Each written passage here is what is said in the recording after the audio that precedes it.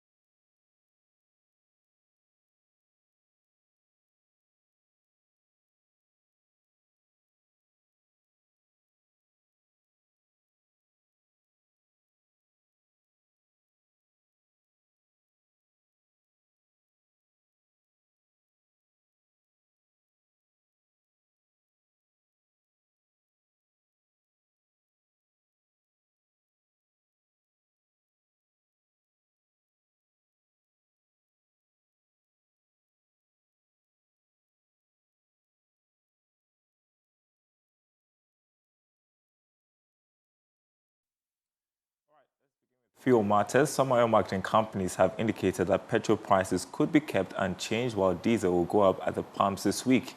Here's George Raffer with the latest.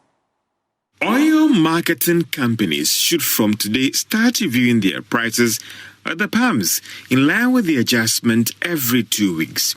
The Chamber of Oil Marketing Companies at a news conference yesterday announced that petrol should go up by some 2% per litre, while diesel will witness about 5% hike per litre. But our engagement with some individual oil marketing companies, including some market leaders, showed that the price of petrol may not be touched, while diesel will go up marginally. Others have told Joy Business that they still want to monitor the market a little bit before they review their prices. So maybe don't expect any changes from today at the pumps, but rather in the coming days. If prices should go up this week as projected, it could be the first time since February this year that we are seeing prices go up at the pumps. Meantime, the Chamber of Oil Marketing Companies is calling on the government to address key industry concerns before reintroducing the suspended 1 cedi levy on petroleum products. The levy, which was put on hold last month due to surging global crude oil prices, is now back on the table as international prices begin to decline. However, the OMCs argue that certain structural issues affecting the sector must be resolved first. Dr. Iverson Opon is Chief Executive of the Chamber.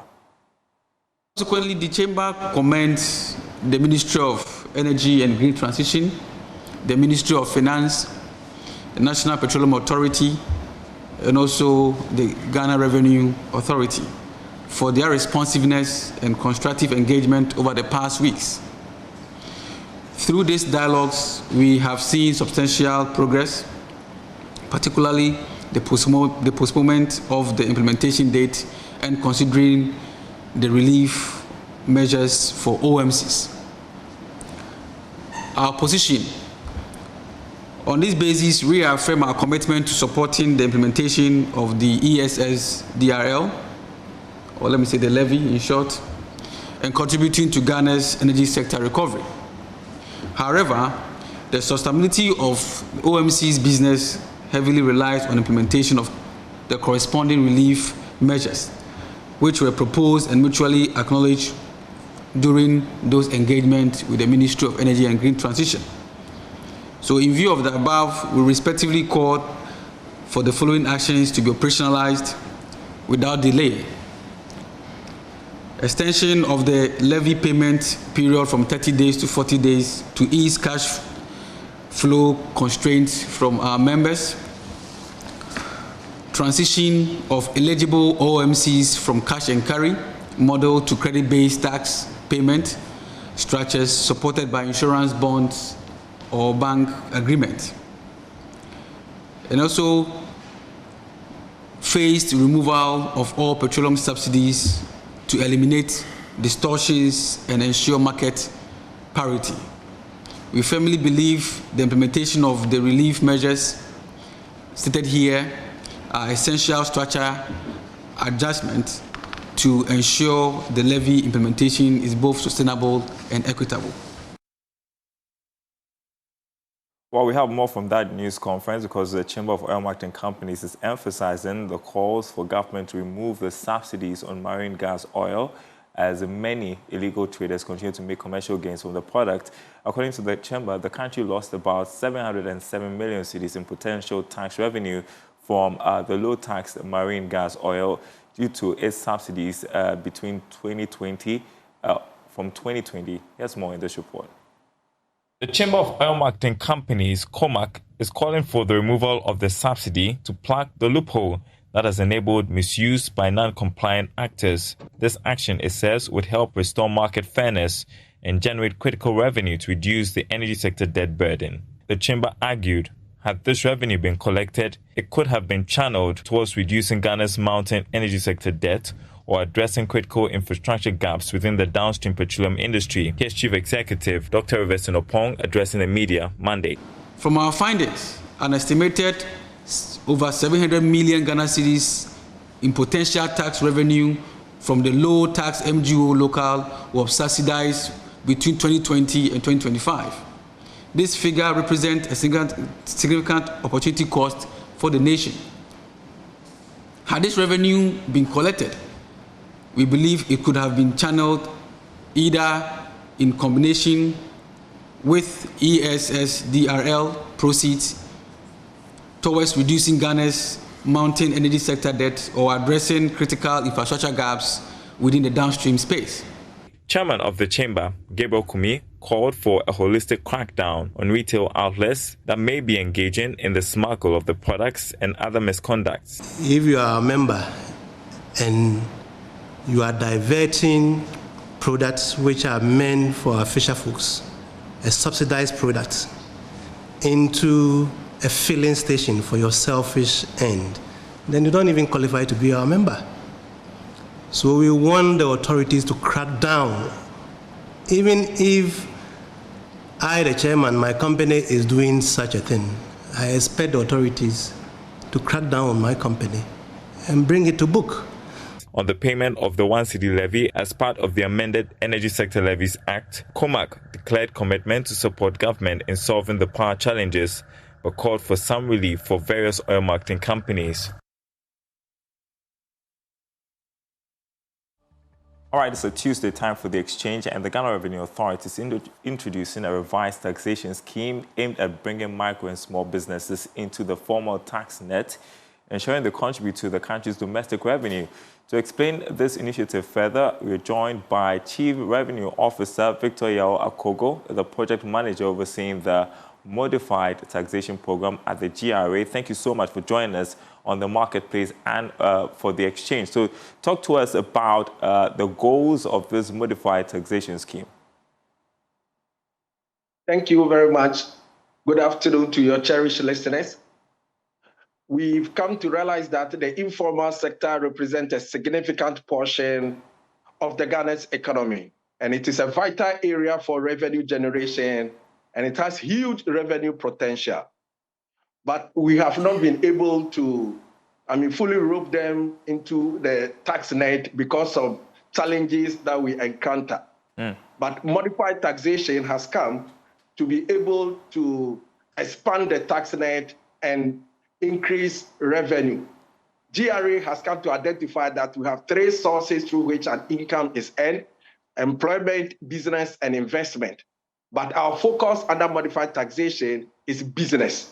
So we are saying that come 1st July today, we are trying to create awareness in the market space where self-employed individuals who are earning business income ought to register with Ghana Revenue Authority and pay taxes in a simplified, flexible, and convenient and easy way.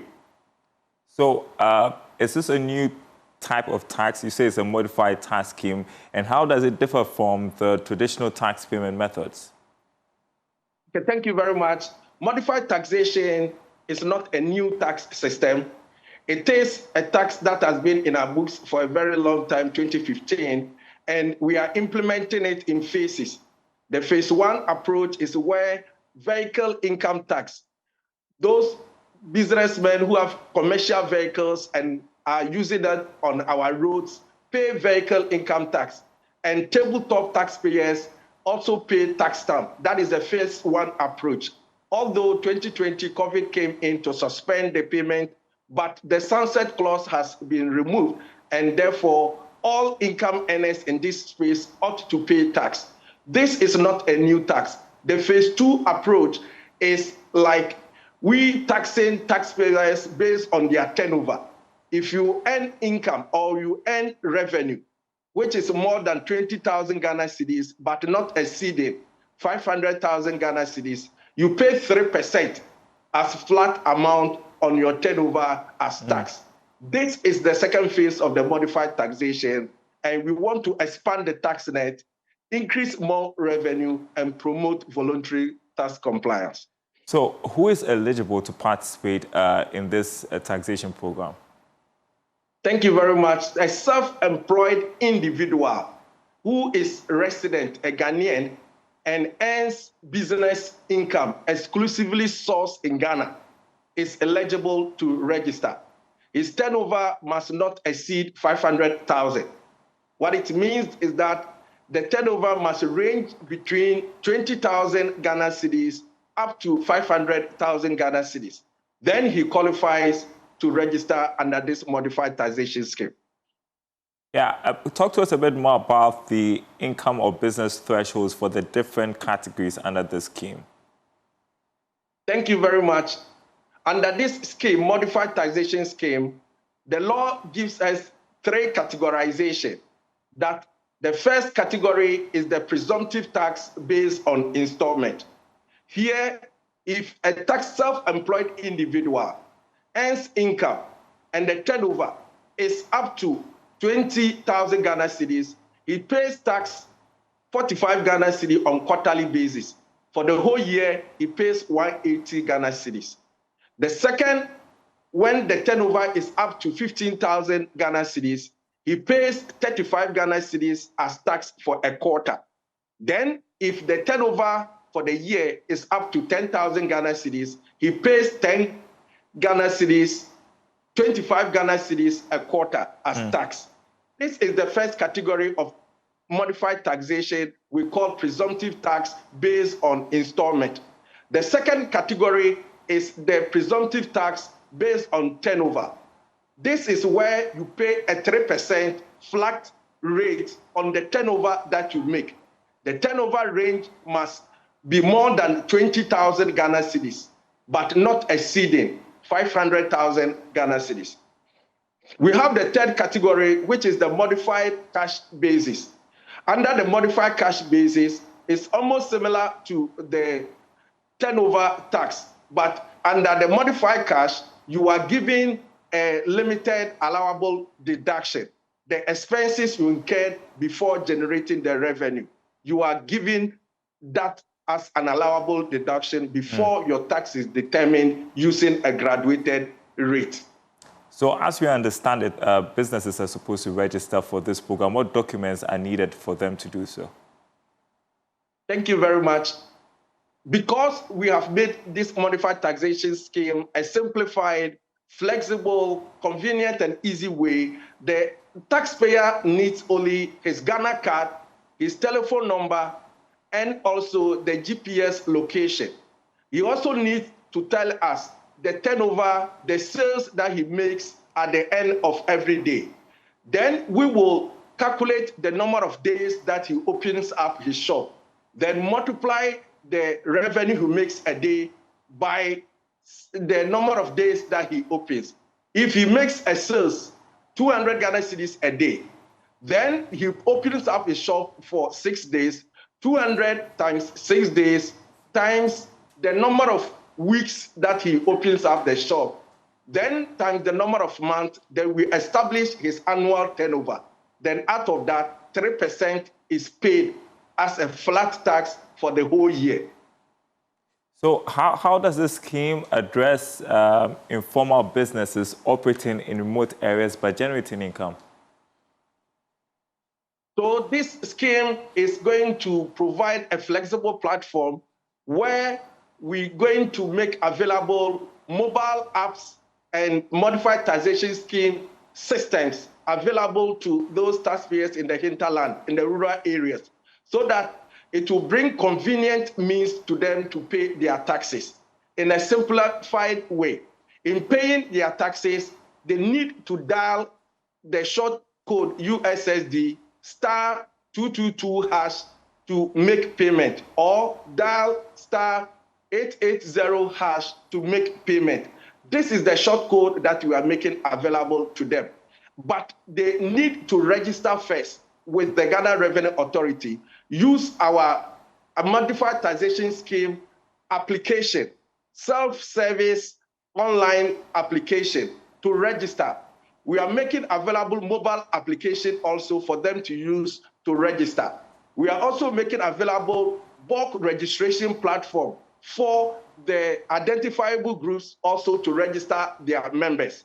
All merchant SIM holders are also deemed to be in business. They are also to register with the Ghana Revenue Authority and pay the taxes. It is the taxes that we use for development in this country. And GRA is the only institution mandated to collect the taxes for the development of the country. For road construction, for hospital, for schools, payment of salary to security personnel, doctors and nurses, and promotion of social intervention like free SHS, we all need these taxes. So let us support government in paying our taxes to promote development in the country. Well, very well. Thank you. Yeah, my last question, I mean, the program has kick-started today. What's the strategy to ensure compliance? Obviously, more people need to hear about this program and must be made to, sort of roll onto it. How are you going to ensure compliance? Thank you very much. So GRA has over 60 branches, if I may say so, or tax service centers. The Commissioner Domestic Tax Revenue has given instruction that they should create zones. And by that means, zonal leaders are going to be responsible for specific zones where they will go door to door, identify the taxpayers who are doing business but have not registered with the Ghana Revenue Authority, and register them. Because GRA is now customer-centric institution, we are giving the benefit of the doubt to the taxpayers. Because by law, you are not supposed to even operate your business without registering with the Ghana Revenue Authority. So this time, GRA is coming to you in a more polite and friendly manner. Yours is to make your Ghana card available, register. If you don't register, then it means that you are trying to evade tax. You are trying to conceal income from government.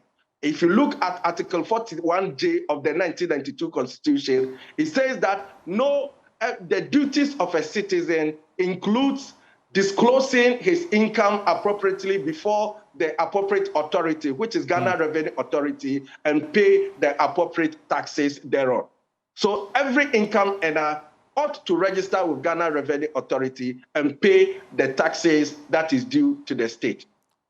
Great stuff. Thank you so much, Chief Revenue Officer of the GRA, Victor Yakogo, also the overseer of the Modified Taxation Program being implemented by the Ghana Revenue Authority. Thank you so much for the education.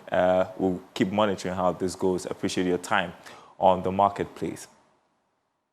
Thank you. All right, you're watching the marketplace on Joy News. We're taking a short break. We have some more stories coming up.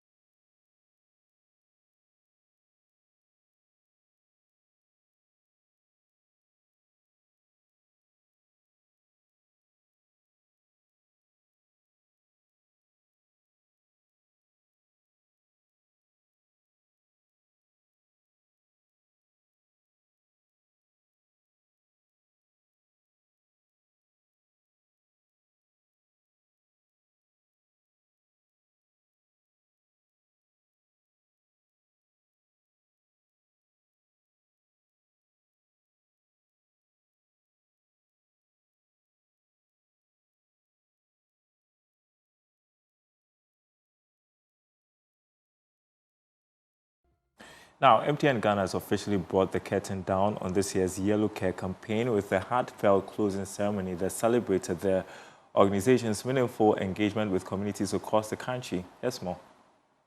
Held under the theme Connecting at the Roots, connecting communities through the use of digital tools, the event highlighted MTN's commitment to creating a lasting impact on individuals and underserved areas through tailored outreach initiatives. Speaking to the media, Chief Corporate Services and Sustainability Officer at MTN Ghana, Adjoa Wiafi, recounted the team's journey across regions, noting how the campaign has positively affected lives. So we partnered with a number of organizations to be able to go across the country to train the youth in digital skills, in mobile phone repair, just things that could give them an immediate livelihood or means of support and a way of living. We also partnered with OITC or TI. With the support of their students, we were able to sew 500 school uniforms. So using MTN volunteers,